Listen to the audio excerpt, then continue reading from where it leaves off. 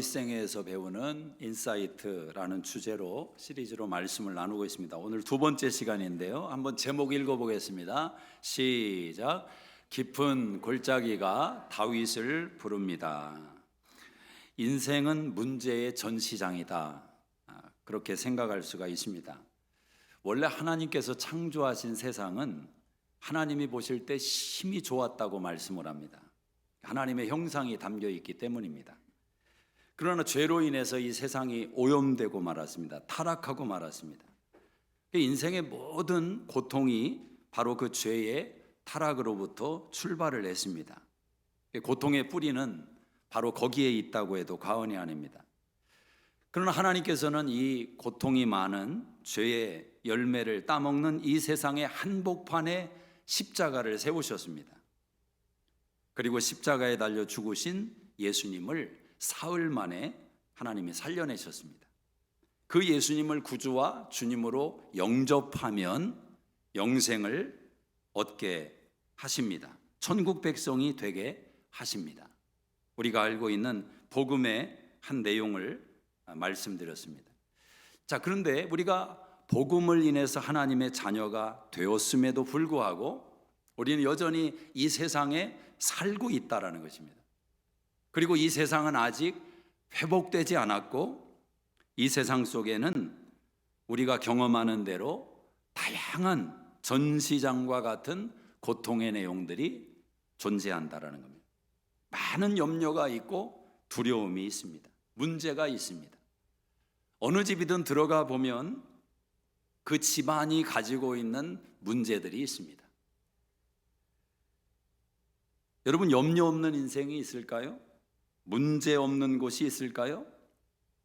신앙인들은 이렇게 말을 했습니다. 오직 한 곳 염려와 문제가 없는 곳이 있다. 거기는 바로 무덤이다. 그렇게 이야기를 합니다.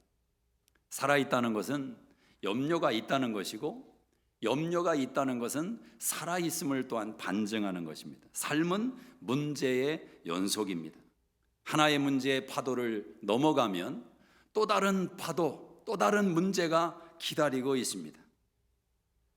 영혼을 만드는 그 속에서 우리가 싸움을 벌이는 것입니다. C.S. 루이스라고 하는 분은 이 세상을 이렇게 말했습니다. 영혼을 만드는 골짜기다. 참 멋있는 말 같습니다. 세상이라는 곳은 우리 영혼을 만들어가는 골짜기라는 것입니다. 그 영혼을 만드는 골짜기 속에 저와 여러분이 지금 들어와 있는 것입니다. 신앙의 길이라는 것은 꽃길만이 아닙니다. 가시밭길이 있고 자갈길이 있고 거친 길이 있습니다. 그러나 분명한 것은 신앙의 길은 생명길인 것은 분명합니다. 이 길 속에서 우리는 이 두려움과 염려, 문제, 이 내용들과 씨름을 벌이는 것입니다. 오늘 이스라엘 백성들이 직면하고 있는 두려움, 그 두려움을 1절에서 블레셋이라는 나라로 묘사를 합니다. 블레셋이 이스라엘을 쳐들어왔습니다. 그리고 그 블레셋에는 골리앗이라는 거대한 장수가 전면에 서 있었습니다. 이들이 경험하고 있는 두려움은 먼저 보편적인 두려움, 추상적인 두려움을 직면하고 있습니다. 여러분, 두려움 가운데에도 손에 잡히지 않는 두려움이 있습니다. 보편적인 두려움인 것입니다. 눈에 보이지 않지만 존재하는 것. 우리가 예를 들면 숲이라는 것이 우리가 말을 하고 이야기를 하지만 사실은 숲이라는 것은 손에 잡히는 단어가 아닙니다. 그러나 숲이 있는 것을 우리는 압니다. 다양한 나무들이 모여서 거대한 숲이라는 하나의 보편을 이루고 있는 것입니다. 이처럼 사람들은 개별적인 고통을 받지만 그러나 막연한 추상적인 큰 그림의 두려움을 경험할 때가 많습니다. 예를 들면 건강도 그렇습니다. 사람들이 건강이라는 것 손에 잡힙니까?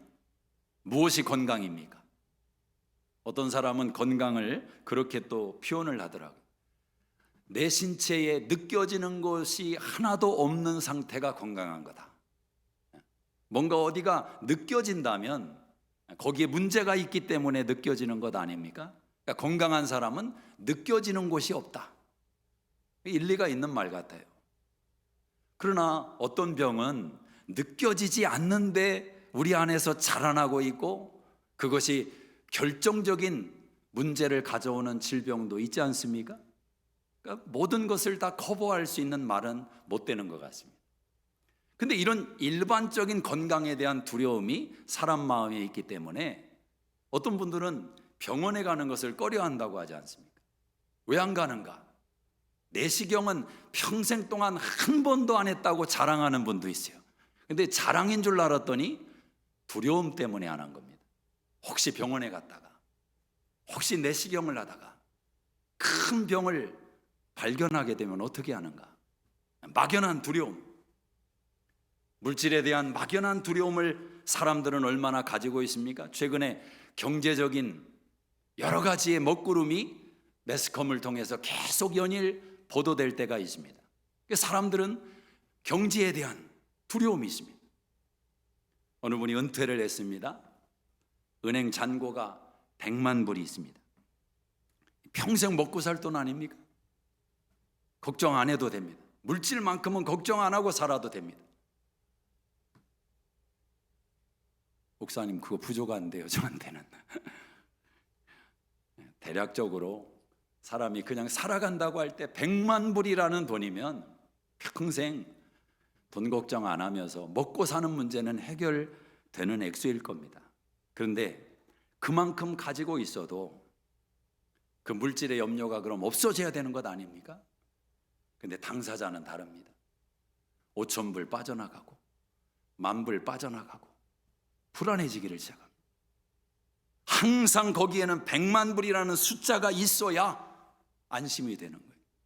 그래서 쓰지도 못하고, 그래서 베풀지도 못하고, 그 숫자만 붙들고 있다가 어느 날 그 숫자와 함께 무덤 속에 들어가는 거예요. 막연한 두려움 때문에. 혹시 잔고가 100만 불 있으신 분은 쓰시기 바랍니다. 남 좋은 일 시키지 말고. 사람은 근본적인 두려움이죠. 죽음에 대한 두려움. 아마 이 두려움이 가장 극도의 파워를 가지고 있는 두려움일 것입니다. 여기서부터 파생되는 내용이 인생의 두려움일 것입니다. 오늘 블레셋이 직면하고 있는 이스라엘의 이 블레셋의 문제는 그런 보편적인 두려움의 내용이었습니다. 그러나 그들에게 그 보편적인 두려움 속에 개별적인 두려움이 보인 것입니다. 그것이 바로 골리앗입니다. 너무도 큰 두려움과 공포의 문제가 이스라엘 백성 앞에 나타난 것입니다.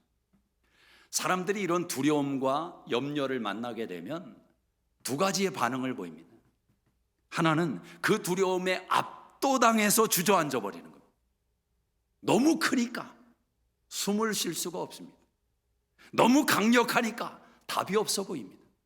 그런 문제 앞에 주저앉는 인생이 있다. 그러나 어떤 사람들은 그 두려움을 넘어서는 것입니다. 극복하는 것입니다. 보이지 않을 때는 막막했어요. 그러나 눈에 보이기 시작할 때 태산 같아 보이지만 한 걸음을 떼는 것으로 시작을 합니다. 여러분, 제일 힘들 때가 언제이겠습니까?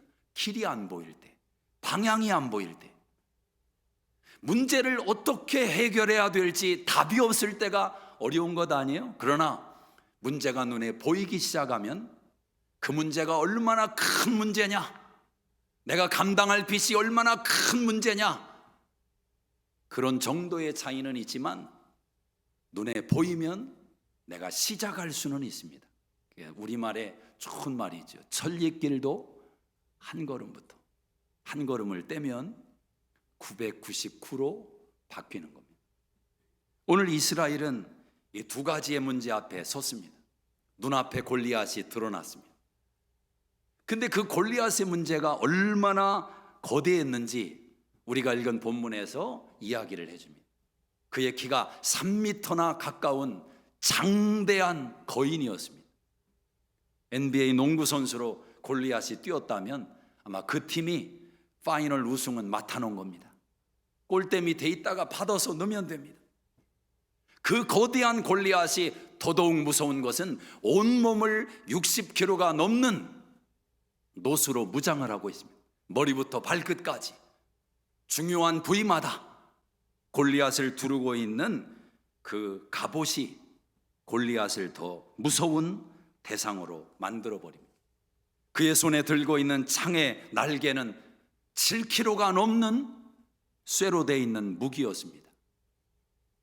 어떤 군사이든지 싸우기도 전에 골리앗이 휘두르는 창날에 잘려나갈 것입니다.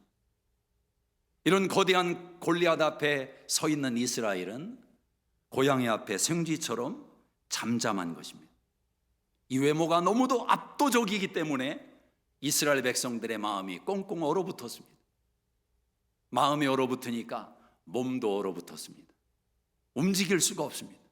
반응할 수가 없습니다. 골리앗은 아침 저녁으로 나와서 엘라 골짜기에서 소리치는 겁니다. 나와 싸울 자가 없느냐?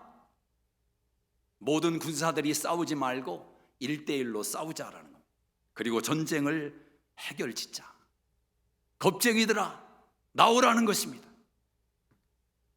그렇게 소리치고 있는 골리앗 앞에 단 한 명의 군인도 나오고 있지를 못한 상황이었습니다. 아니, 여러분, 이 정도 되면 객기라도 부리는 군인이 나와야 되는 것 아닙니까?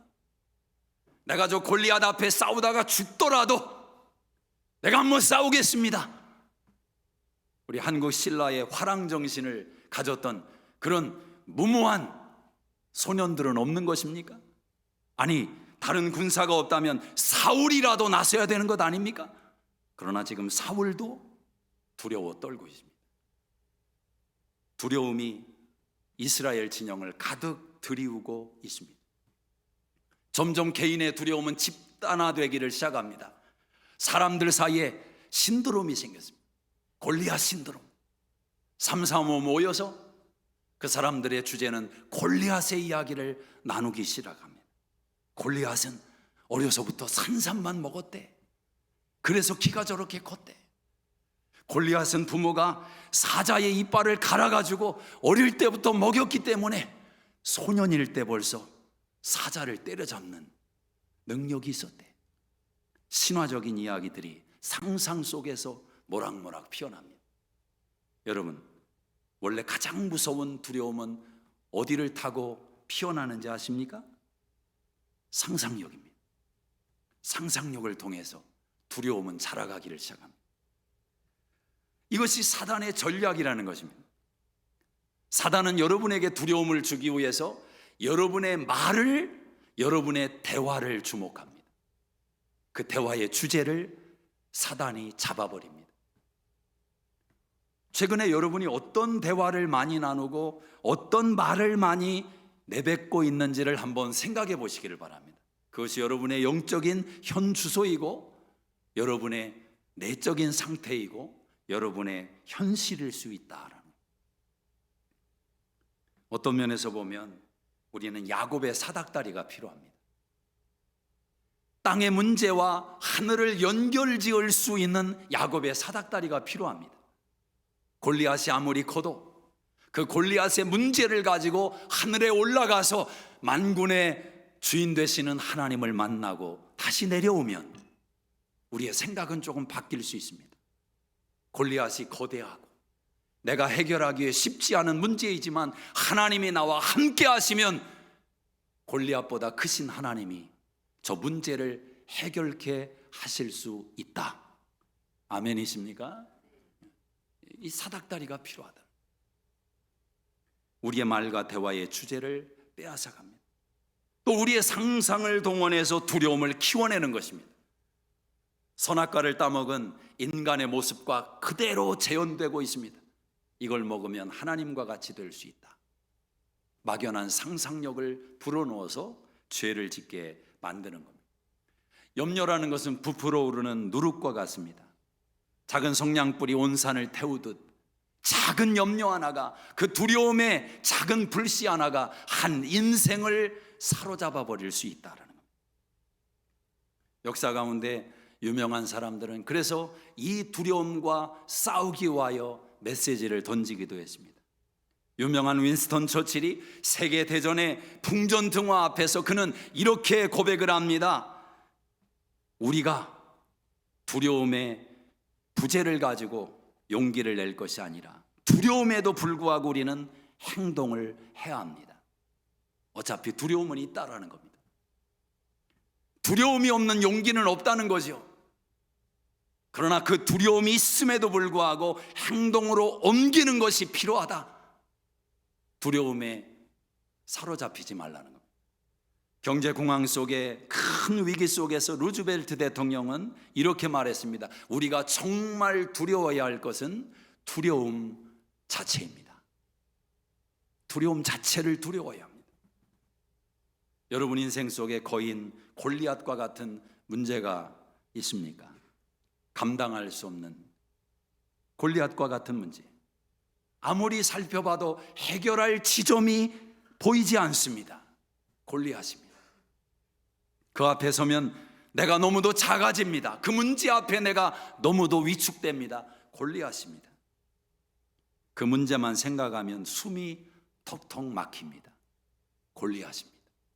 골리앗. 그 골리앗의 문제 앞에 여러분은 어떻게 서십니까? 우리가 문제를 직면할 때 우리는 종종 문제의 크기만을 생각을 합니다. 이 문제를 어떻게 해결할 수 있는가? 그 문제의 크기를 묵상하는데 사실은 그 문제가 담고 있는 방향을 보셔야 됩니다. 이 문제가 지향하는 목표가 무엇인가? 그 문제를 통해서 사단이 원하는 목표가 무엇인가? 오늘 블레셋과 이 골리앗이 지향하고 있는 내용을 골리앗의 입술을 통해서 우리가 들을 수가 있습니다. 문제의 지향점이 여기에 있습니다. 우리 한번 9절을 읽어보겠습니다. 9절 시작. 그가 나와 싸워서 나를 죽이면 누리가 너희의 종이 되겠고 내가 이겨 그를 죽이면 너희가 우리의 종이 되어 우리를 섬길 것이니라. 그렇습니다. 아주 명쾌한 것입니다. 여러분, 인생에 존재하는 모든 문제, 모든 고통의 근저 속에는 어떤 핵심적인 가치가 중심이 담겨 있느냐? 무릎을 꿇으라는 것입니다. 무릎을 꿇으라. 주인됨의 권세를 가지고 무릎을 꿇으라. 이 요구가 고통 속에 담겨 있는 것입니다. 사단이 여러분에게 요구합니다. 무릎을 꿇어라. 무릎을 꿇어라. 가장 강력한 무기로 오는 것은 죽음입니다. 죽음. 무릎을 꿇으라. 그러나 로마서 6장 20절 이하에 이렇게 사도 바울이 말을 했습니다. 너희가 전에는 죄의 종이더니 이제는 죄에게서 해방되어 하나님께 종이 되었느니라. 신앙을 사도 바울은 설명하면서 주인과 종의 논리로 설명을 합니다. 전에는 죄의 종이었다가 이제는 하나님의 종이 되었다. 주인이 바뀌었다라는 겁니다. 주인이 바뀌었다. 그러나 지금도 사단은 자기가 주인됨을 주장하기 위해서 불신자뿐만 아니라 하나님의 종이 되고 하나님의 자녀가 된 인생들에게도 이 시험을 계속 걸어오는 것입니다. 문제를 통해서, 시험을 통해서, 환난을 통해서, 어려움을 통해서, 두려움을 통해서 계속 이 싸움을 걸어오는 것입니다. 너의 주인이 누구냐? 너의 주인이 누구냐? 그 속에서 하나님은 우리에게 계속 이 사실을 확인시켜 주십니다. 내가 너의 주인이다. 내가 너의 보호자다. 내가 너를 책임진다. 그 내용이 성경의 말씀이라는 것입니다.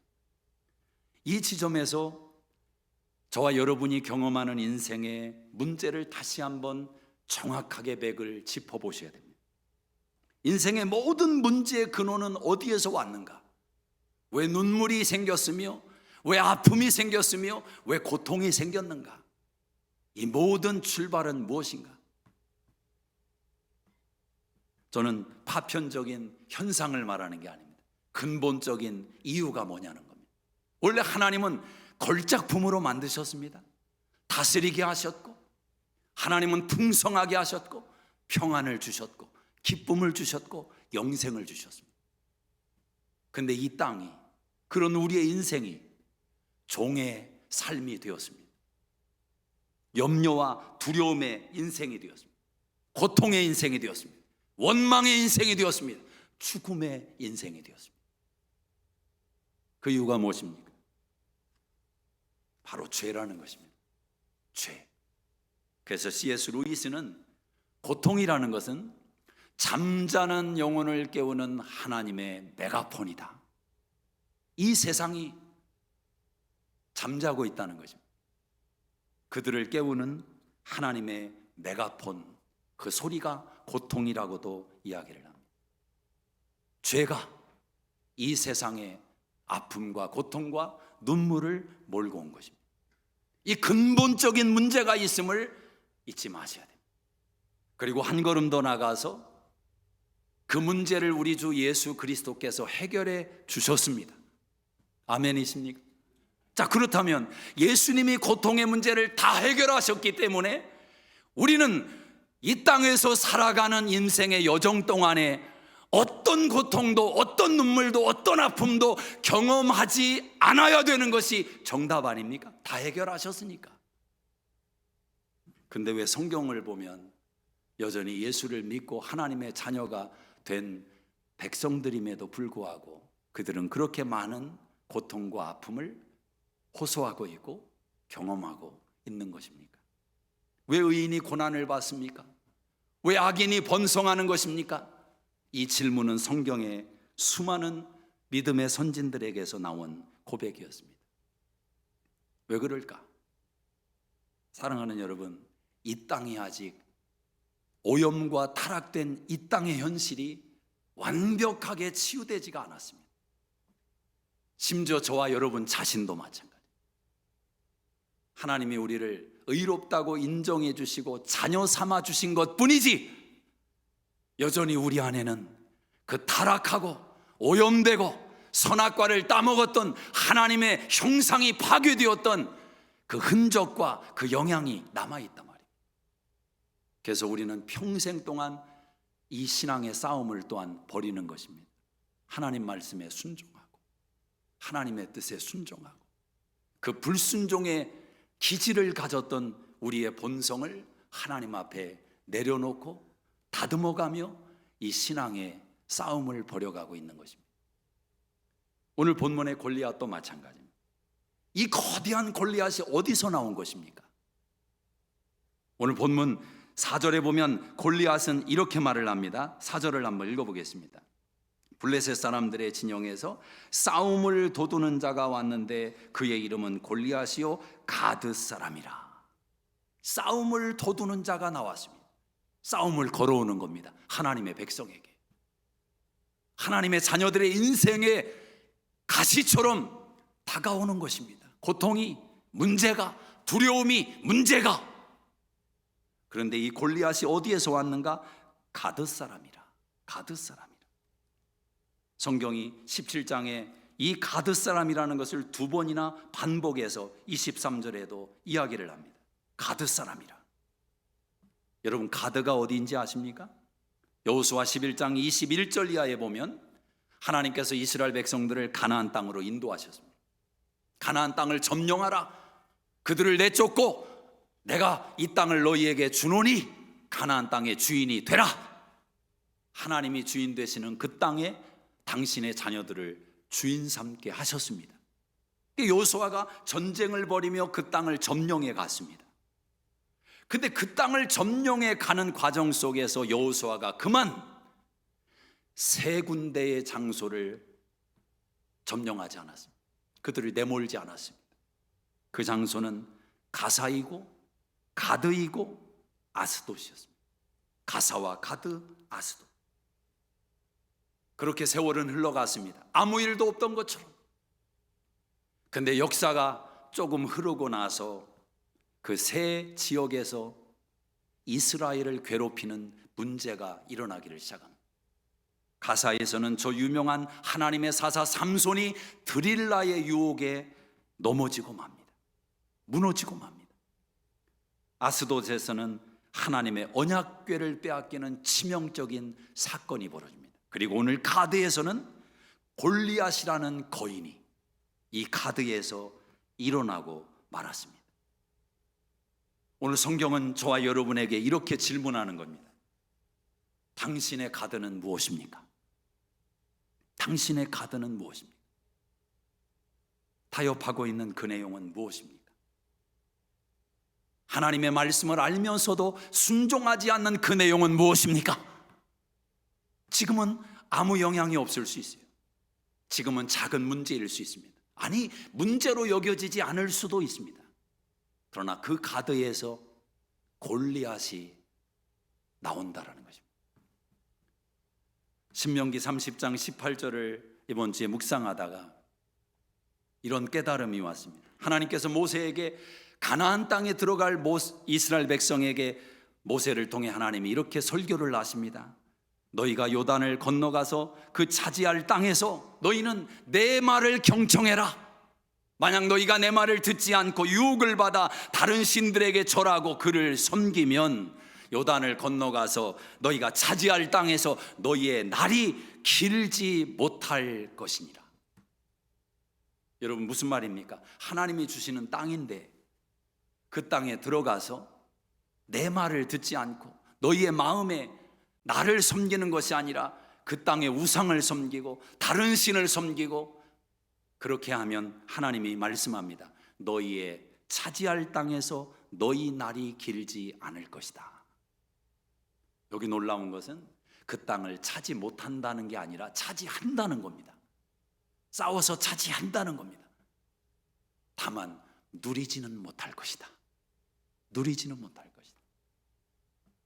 가만히 보면 한 번뿐인 인생을 살기 위해서 모든 사람은 어느 순간이 되면 빈손으로 왔기 때문에 그런지 모르겠지만 뭔가를 잡기 위해서 몸부림을 치는 게 인생입니다. 더 잡기 위해서. 그렇지 않습니까? 차지하기 위해서, 얻기 위해서. 당연히 필요하죠.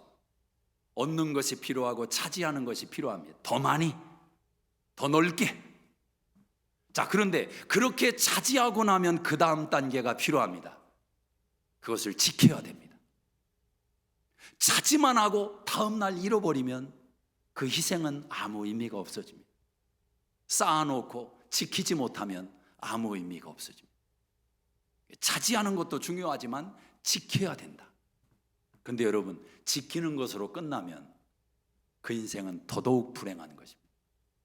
나는 평생 얻기 위해서 노력했고 그리고 그것을 지키기 위해서 노력을 했다. 그 지킨 것으로 끝난다면 얼마나 어리석습니까? 그 지킨 것을 가지고 어떤 인생을 살았느냐, 어떤 의미로운 인생을 살았느냐, 어떤 보람 있는 삶을 살았느냐, 어떤 누림의 삶을 살았느냐. 얻어야 되고 지켜야 되고 누려야 된다는 거죠.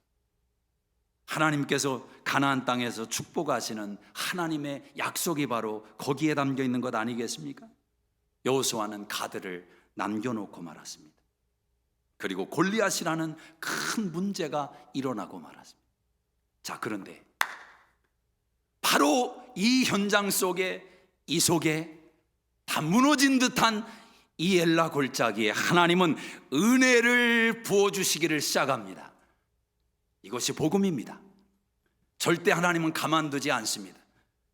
하나님은 이 전쟁터에 한 인물을 등장시키는 겁니다. 다윗입니다. 물맷돌로 골리앗을 때려잡는 다윗을 이 전쟁터에 하나님이 보내시는 겁니다. 근데 여러분, 다윗이 왜 전쟁터에 왔습니까?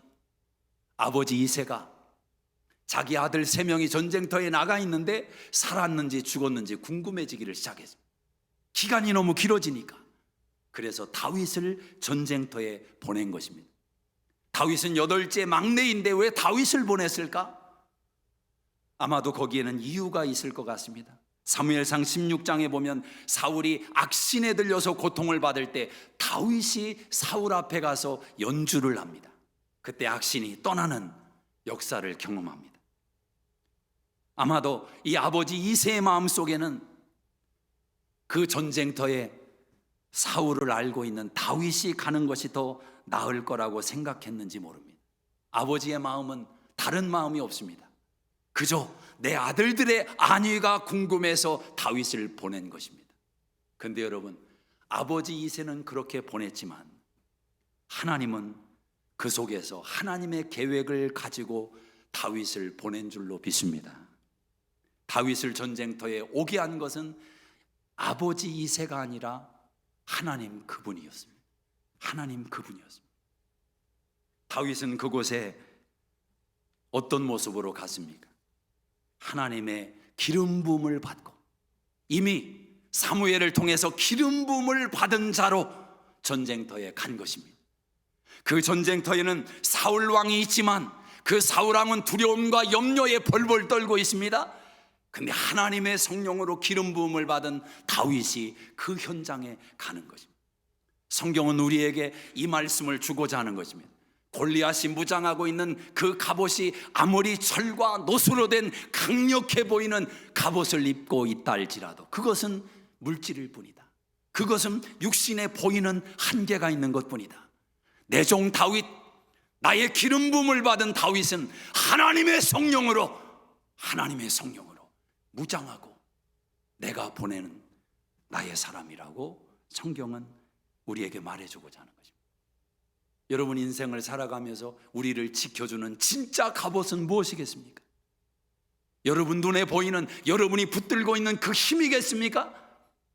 정말 그것이 우리를 지켜낼 수 있다면, 완벽하다면 우리가 아는 애플사의 그 사장은 왜 그 많은 능력을 가지고 자기 인생에 찾아온 그 내용을 이겨내지 못한 것입니까? 여러분, 육신의 삶뿐만 아니라 영혼의 삶, 궁극적인 우리를 지켜주는 내용은 이 세상에 존재하는 것이 아니라는 것입니다. 골리앗의 문제는 오직 다윗의 신앙으로만 해결할 수 있습니다. 오늘 여러분의 인생도 마찬가지입니다. 영적 싸움을 싸워 승리할 수 있는 진짜 비결이 무엇입니까? 우리의 싸움 기술이 아닙니다. 무장이 아닙니다. 우리가 어떤 옷을 입고 있는가? 우리가 어떤 믿음으로 어떤 옷을 입고 있는가? 내 생각 속에, 내 마음 속에 중심의 가치는 무엇인가? 하나님의 말씀이, 하나님의 중심이 내 삶을 지배하고 있는가? 다윗은 성령으로 기름 부음을 받았습니다.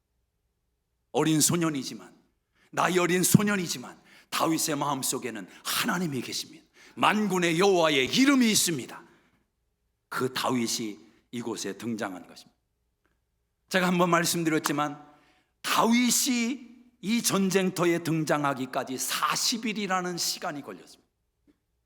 이 기다림의 시간이 아버지 이새의 마음을 자극했던 것입니다. 그리고 다윗을 전쟁에 보내도록 했던 것입니다. 그런데 여러분, 이런 질문을 한번 해보셔야 됩니다. 왜 이렇게 전쟁이 길어졌을까? 왜 이 전쟁이 길어졌을까? 이미 골리앗은 절대적인 외모를 앞세워서 이스라엘의 모든 마음을 무너뜨려 버렸습니다. 어떤 군사도 나와 싸우려고 하지를 않습니다. 이미 그들은 패배한 군인들임에 틀림이 없습니다. 골리앗을 앞장 세우고 블레셋이 진격 앞으로 했다면 사울 왕과 모든 이스라엘의 군사들은 오합지졸로 도망가고 말았을 겁니다. 전쟁은 이미 끝난 것입니다. 그런데 왜 블레셋은 쳐들어오지 않고 골리앗은 소리만 외쳤지 왜 그의 칼을 실제로 휘두르지 않은 것인가? 엘라 골짜기에는 40일 동안 골리앗의 소리만 무성했지 실제적인 승리는 없었습니다. 근데 여기 놀라운 반전이 일어납니다. 이 엘라 골짜기의 현실이, 이 골짜기가 40일이라는 시간을 만들어 놓은 것입니다. 여기는 역청지대라고 합니다. 지리적으로 이 상황이 쉽게 이스라엘 진영을 향해서 뛰어들 수 없는, 그래서 나름대로 그들은 머리를 쓴 겁니다. 1대1로 싸워서 이기는 쪽이 전쟁에 승리한 것으로 치자. 악한 사단도 머리를 씁니다. 원수도 머리를 씁니다. 나름대로 머리를 쓰면서 40일이라는 시간을 끌고 온 것입니다. 그런데 그 기간은 오히려 하나님의 은혜의 시간이었습니다. 다윗을 부르고 있는 시간이었습니다. 다윗이 그 깊은 골짜기에 부름을 받고 엘라 골짜기에 도착한 것입니다. 사랑하는 여러분, 오늘 여러분의 엘라 골짜기가 무엇입니까? 깊이 패어있는 그 넓은 골짜기, 그 골짜기에 서 있는 골리앗의 문제가 뭐냐라는 것입니다. 사랑하는 여러분, 그 문제 때문에, 그 아픔 때문에, 그 염려와 두려움 때문에 다윗이 온다는 사실을 기억하시기를 바랍니다. 이스라엘 백성들을 향해서는 엘라 골짜기에 다윗이 왔다면 오늘 저와 여러분의 인생에는 누가 올 것입니까? 마태복음 1장 1절에 아브라함과 다윗의 자손 예수 그리스도의 세계라. 이스라엘 백성에게 진정한 왕이 되는 다윗이, 기름 부은 다윗이 그 엘라 골짜기에 발을 디딘 것처럼 오늘 그의 후손인, 다윗의 후손인 예수 그리스도, 진정한 만왕의 왕이요 우리의 주인이 되시는 예수님께서 저와 여러분의 인생의 골짜기, 문제의 골짜기, 골리앗 앞에 직면해 있는 우리 앞에 그 예수님이 오시겠다고 약속하십니다. 그분이 오시면 해결됩니다. 그분이 오셔서 저와 여러분의 눈물을 싸매어 주시고, 우리의 한숨을 들어주시고, 우리의 상한 마음을 어루만져 주시고, 우리의 질병을 치유하시고, 예수님이 오시면 내 인생의, 내 가정의 문제가 해결된다. 우리 하나님께서 말씀하십니다. 두려워하지 마라, 내가 너와 함께함이라. 놀라지 마라, 나는 내 하나님이 됨이니라. 내가 너를 구속하였고 내가 너를 잡아주리라. 나의 의로운 오른손으로 너를 잡아주리라. 이 소리가 여러분의 엘라 골짜기에 한숨과 눈물과 두려움을 짓는 여러분의 인생의 문제에 이 하나님의 소리가 들리기를 주의 이름으로 축복합니다. 어린 다윗이 나와서 외치지 않았습니까? 지금 40일 동안은 골리앗의 소리만 진동했던 그 엘라 골짜기에 갑자기 뜻하지 않은 소리가 들리기를 시작하는 겁니다. 너는 칼과 단창으로 내게 나오지만 나는 만군의 여호와 하나님의 이름으로 내게 나간다. 그 소리가 엘라 골짜기를 울리는 순간 골리앗의 문제는 그 자리에서 해결된 줄로 믿습니다. 사랑하는 여러분, 엘라 골짜기에서, 골리앗의 문제 앞에서 시간이 지난 후에 우리는 알게 될 것입니다. 볼 투르니에라는 사람의 말을 인용한다면 그 골짜기가, 그 골리앗이 하나님의 위장된 축복이었다는 것을, 하나님의 위장된 축복이었다는 것을. 기도하겠습니다.